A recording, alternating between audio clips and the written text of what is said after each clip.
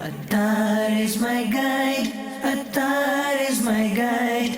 By the grace of Allah, Attar is my guide. My Murshid has changed millions of lives. The prophetic Sunnah, he is revived. The leader of the Sunnis, he is our pride. By the grace of Allah, Attar is my guide. Alhamdulillahi Rabbil Alameen. Salatu wassalamu ala Sayyidil Mursaleen. Amma ba'd. Fa'a'udhu billahi minash shaytanir rajeem. Bismillahir Rahmanir Rahim. As-salatu wassalamu alayka ya Rasulallah. Wa ala alika wa ashabika ya Habiballah. As-salatu wassalamu alayka ya Nabiyallah. Wa ala alika wa ashabika ya Noorallah. Dear viewers and listeners of Madani channel, welcome back to this wonderful episode on the Silsila, Discourses of Attar. We urge you, in the very beginning of the Silsila, please do make as many good intentions as you can to seal more good rewards, more thawab in the court of Allah Azza wa Jal. For example, I will listen to the Silsila from the beginning to the end for the pleasure of Allah Azza wa Jal and His Rasul Sallallahu Ta'ala Alaihi Wasallam. I will note down the important points and try to practice upon them. I will try to encourage them amongst my family members, my spouse, my children, my siblings, or other Muslims in my society. In this way, whatever other good intentions you can make them now to gain maximum thawab and rewards, insha'Allah Azza wa Jal. Indeed, there are countless benefits for those fortunate ones who recite abundant amounts of Durood Pak and Salawat upon Rasulullah Sallallahu Ta'ala Alaihi Wasallam. Mawla Ali Karamallahu Ta'ala Wajhahul Kareem, the fourth Khalifa of Islam, has stated that in paradise, in Jannah, this tree has a specific fruit which is bigger than an apple but smaller than a pomegranate. It tastes sweeter than honey. The bark of this tree is made of gold and the branches are of chrysolite, a yellowish greenish gemstone. And he says, La ya'kulu minha illa man akthara min as-salati ala Muhammad sallallahu ta'ala alayhi wa sallam.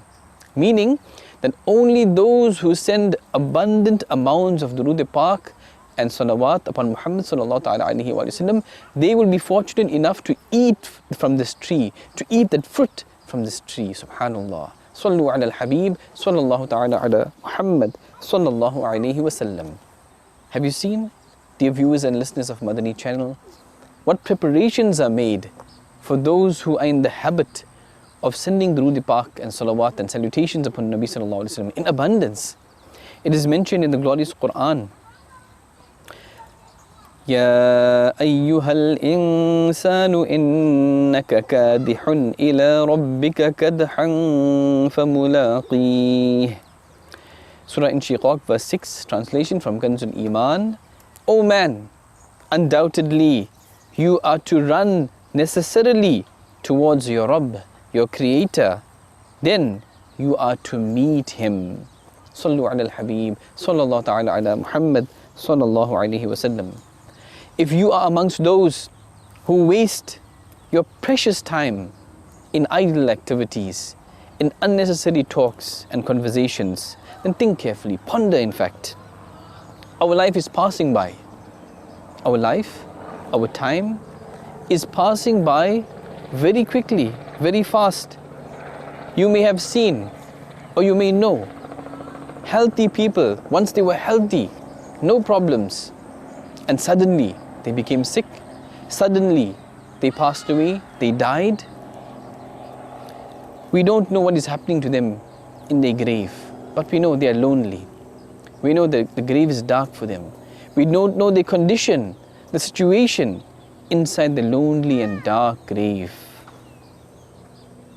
However, the reality of life must have been exposed to them, because that's when the true life begins.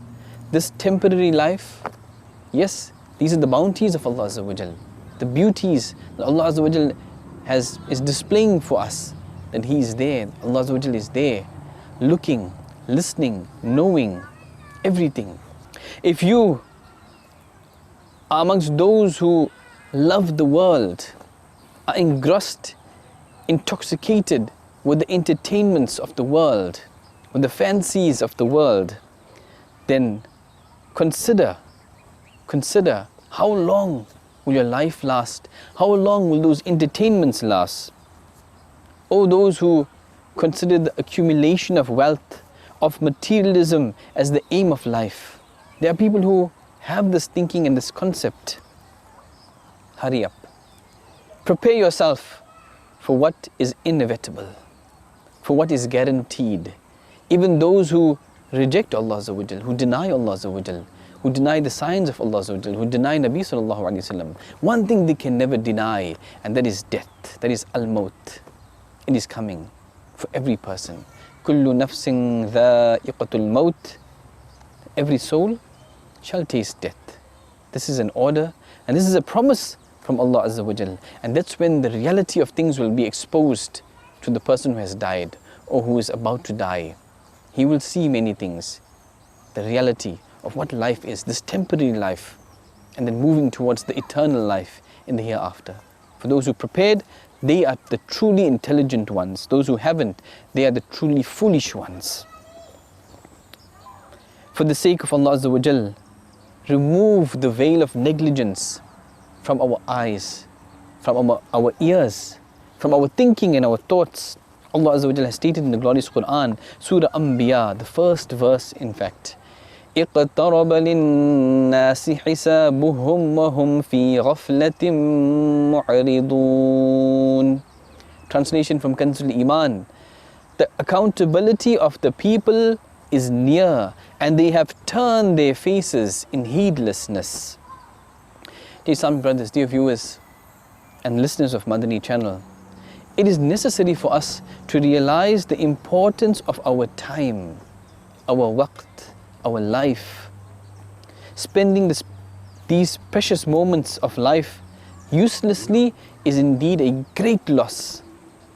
As Rasulullah sallallahu alaihi wasallam stated, recorded in Al-Mu'jam al-Kabir, that the people of Jannah, the people of paradise, will never regret anything of the world besides the moment which they spent without remembering Allah Azza wa Jal.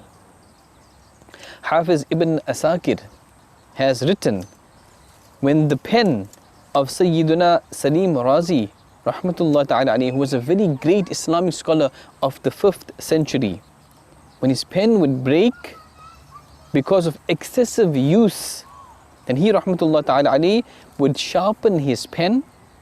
Though doing so for Islamic writings was itself a virtuous act, but like we could say, as the proverb says, catching two birds with one strike. He would start doing the dhikr of Allah Azza wa Jal, taking double advantage of his time. Have you listened? While sharpening his pen, he used to make the dhikr of Allah Azza wa Jal. Subhanallah. Therefore getting more thawabs into his account of deeds. Subhanallah. The importance of time, of waqt, can be realized by the fact that one can get a tree planted for himself in Jannah, in paradise, within a moment, within a second, living in this world. The method of getting a tree planted for you in Jannah, in paradise, is also very asan, very easy. As a beautiful hadith has mentioned in Ibn Majah, that a tree will be planted in Jannah, in paradise, for the one who recites any of the following. What are they? Listen carefully. Subhanallah, Alhamdulillah, Allahu Akbar, La ilaha illallah. These 4 tasbihat, where we are making the dhikr of Allah Azza wa Jal. If we have the intention of thawab, then inshallah ta'ala, just by reciting Subhanallah, one tree is planted in Jannah. Just by reciting Alhamdulillah, or Allahu Akbar, or La ilaha illallah, how many trees are planted for you in paradise, in Jannah? It's up to us now. How many trees do we want in Jannah? It's up to us The more we want, the more we should recite. The more dhikr we must make. The more durood-e-pak and salawat and salutations we must send to the beloved Rasul sallallahu ta'ala alayhi wa alihi wa sallam. Dear brothers, viewers and listeners of Madani channel, so easy to gain trees in Jannah, planted for us, planted for you. If one of the aforementioned words is recited, so one tree is planted. If you recite all four trees are planted for you in Jannah, in paradise. Now try to realize and understand the importance of time. How long will it take you to say these 4 statements or sentences? How long? Few moments only. Imagine, in just a few moments, in a few seconds, 4 trees are planted for you in Jannah. But if you continue all the moments you are free, instead of doing useless talks, instead of busying yourself in useless conversations, unnecessary conversations, why not get trees planted in Jannah by reciting dhikrullah? Why not get more and more thawab and closeness to Aqa sallallahu ta'ala alayhi wa sallam by reciting large amounts of durood-e-pak and salawat and salutations upon Nabi sallallahu ta'ala alayhi wa alihi wa sallam? The beloved Rasul sallallahu ta'ala alayhi wa alihi wa sallam has mentioned, and this is recorded in Sunan Nasa'i, that Aqa sallallahu ta'ala alayhi wa sallam said, the one who sends durood upon me, salat upon me, one time. How many times? One time. Allah Azza wa Jal showers him with 10 mercies. Allah Azza wa Jal forgives 10 of his sins, and Allah Azza wa Jal increases, elevates his rank by 10 times. Subhanallah. Just one time, durood-e-pak. And how long it will take you? Ulama have told us the shortest durood-e-pak is sallallahu alayhi wa sallam or sallallahu ala Muhammad. How many seconds is that? So instead of wasting our time in unnecessary conversations, which most of the time or many of the times leads towards gunaah and sins, why not engage our tongues, keep our tongues moist with dhikrullah, with dhikr of Nabi sallallahu alayhi wa sallam, with the praises of awliyaullah, Sahaba Ikram alayhim ridwan, with durood-e-pak and salawat upon Nabi sallallahu alayhi wa sallam, to receive mercies and barakat and maghfirah and forgiveness, and for our status to be elevated in the court of Allah Azza wa Jal. Important note, when you are lying down and you want to recite something, you want to read something, then we should fold our legs. Fold the legs when we are lying down, then recite whatever you want to read. Dear Islamic brothers, dear viewers and listeners of Madani channel, if only we make the habit of consideration before conversation.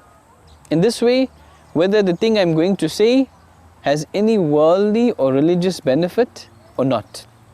If it appears to be useless, if so, rather recite durood-e-pak, recite salawat upon Nabi sallallahu alayhi wa sallam, start doing the dhikr of Allah Azza wa Jal instead of indulging in purposeless, in unnecessary conversations, so that we gain the treasure of rewards of thawab, which is the currency of the hereafter.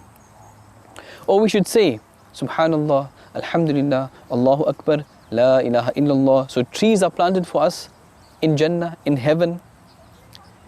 Consider, our lives are short, time is short, any moment we don't know when, we will be laid in our dark graves. Amir Ahl Sunnat, the founder of Dawat-e-Islami, Damat Barakatum Aliyah, makes our mind that when you see a janazah going or being buried, that dead person, that deceased person is actually a silent Muballigh. And he's giving you the message that you can see me here lying helpless, tomorrow you are going to be like this. You are bathing yourself, tomorrow somebody else is going to bath you. Tomorrow somebody else is going to make you wear the clothes of the coffin, the shroud. And tomorrow somebody is going to lower you in the dark grave. What are you taking with you? Something to think about. And those who prepare for the hereafter, for the qabr, for the grave, are the intelligent ones. If we are not, let us start now. May Allah Azza wa Jal grant us this understanding and this idea of preparations for the qabr and the akhirah, inshallah ta'ala.